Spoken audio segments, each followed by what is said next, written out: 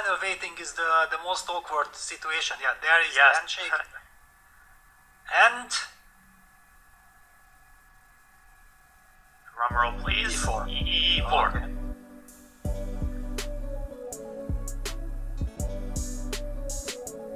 Okay. Ruy Lopez. Spanish. Ruy Lopez, Spanish.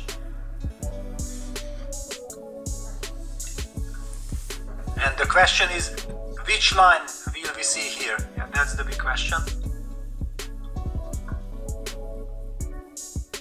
Okay, the classical. A6, bishop a4. Magnus having some trouble executing the move, but we're back. And will we see another bishop c5, which Magnus faced in the first round? No, we are seeing Steinitz.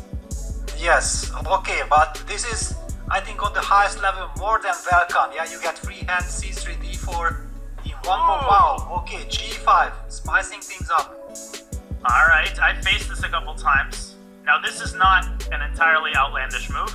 What do you know about it, Peter? Nothing. Zero, nada.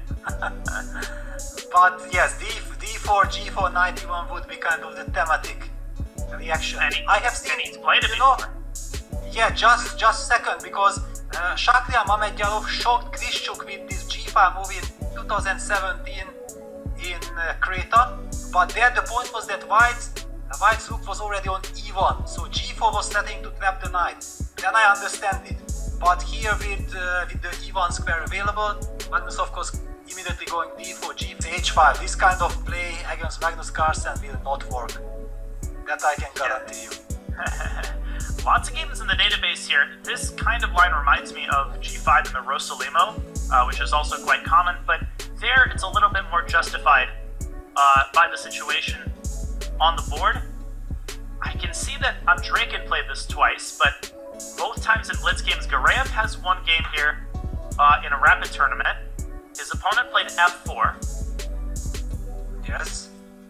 And that does seem to be the kind of principled response.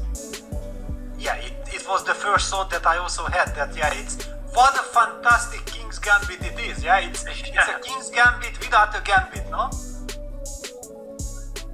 Okay, bishop e3 though is more of a Magnus type move, just developing more casually, and bishop h6, Gareyev clearly well prepared. Yeah, okay, one thing I think we have to highlight, that if already you dare to play something like this, then you have to come well prepared, otherwise you will be crushed, you will be massacred. So it's absolutely understandable that Black has to know, and Black plays fast. And so the question for White is, do you keep the tension with a move like knight d2? Queen to e2 by Mr. Carlsen. Wow, okay. That's a surprise. Slightly odd looking move, wouldn't you say? Yes, I would have argued that if already the queen moves, then maybe to d2 or some, but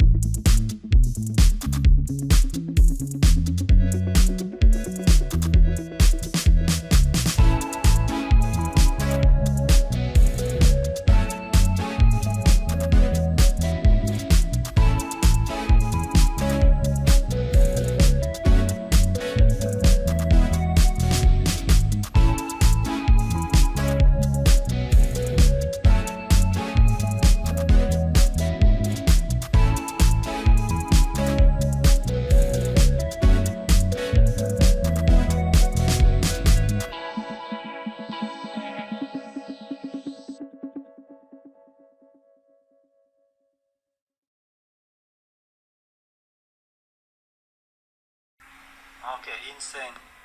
Rook f3 is the Magnus move here. Just get out of there. Yeah. Get that weak stuff out. Rook de1, anything. Yeah, look at Magnus's hand. It's about to move. Yeah, he just wants to get over with. Yeah, he feels like, okay, this position is not a challenge. Yeah. Just deciding between the many different wins. Any second now. Rook f3 is my vote. Yeah, somehow Rook f3 is very natural because I also have the feeling like Black will play Bishop f4 check, and then if we capture on f4, then I still prefer even the Rook on the open. Exactly. Okay, Magnus. Let's do it. And he's made a move. I think he did play Rook d1, yeah. I mean, Bishop f4 takes and g6 will end the game as well. Then f take g5 happened though. What happened here? Rook d1, f take g5? F takes g5 on the board. Why isn't this losing a piece?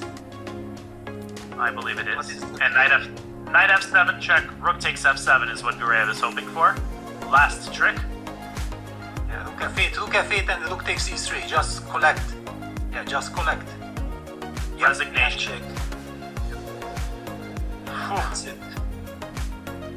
This was smooth. This was smooth ride for Magnus. And this is why, as someone in the chat is saying, he's the best. Round 1 draw, followed by 4 wins in a row. And what's amazing, Peter, is the wins have increased in their sort of convincing nature. He suffered some ups and downs against Petrosian, and then all the way up to this win, which was just absolute and total devastation. Yeah, I told you that it was